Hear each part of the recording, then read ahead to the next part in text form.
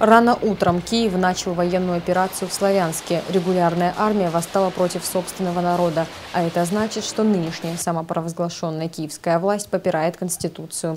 Представитель штаба «Патриотические силы Донбасса» Петр Савченко приехал в Осетию и встретился с местными журналистами. Он решил рассказать правду о последних событиях в Украине. Нынешние события вообще-то явились продолжением той, не побоюсь этого слова сказать, войны, которая длится у нас уже 23 года. Когда 23 года назад мы с вами проголосовали за независимость Украины, за независимость Российской Федерации, я думаю, никто из нас вообще не думал о том, что точно так же будет разделен и общий духовный русский мир.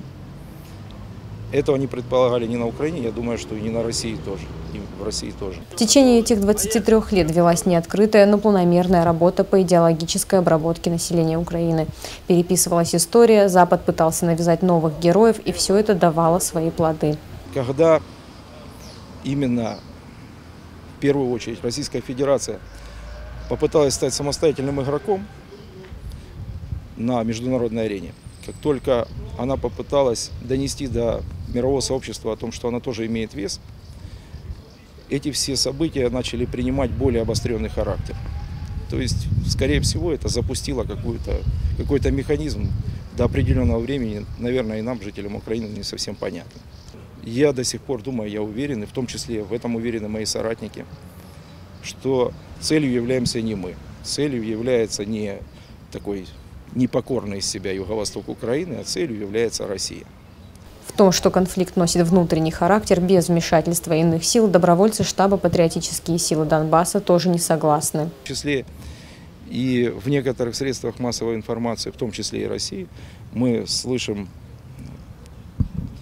позицию о том, что это практически внутренний украинский конфликт.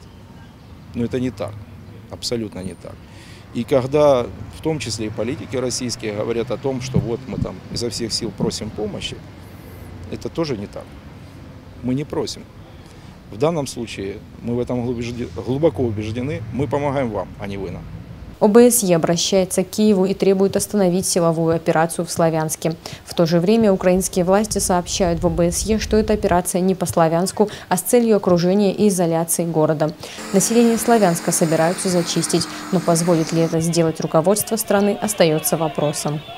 Залина Губурова, Ацамаз Шипшев, Осетия ТВ.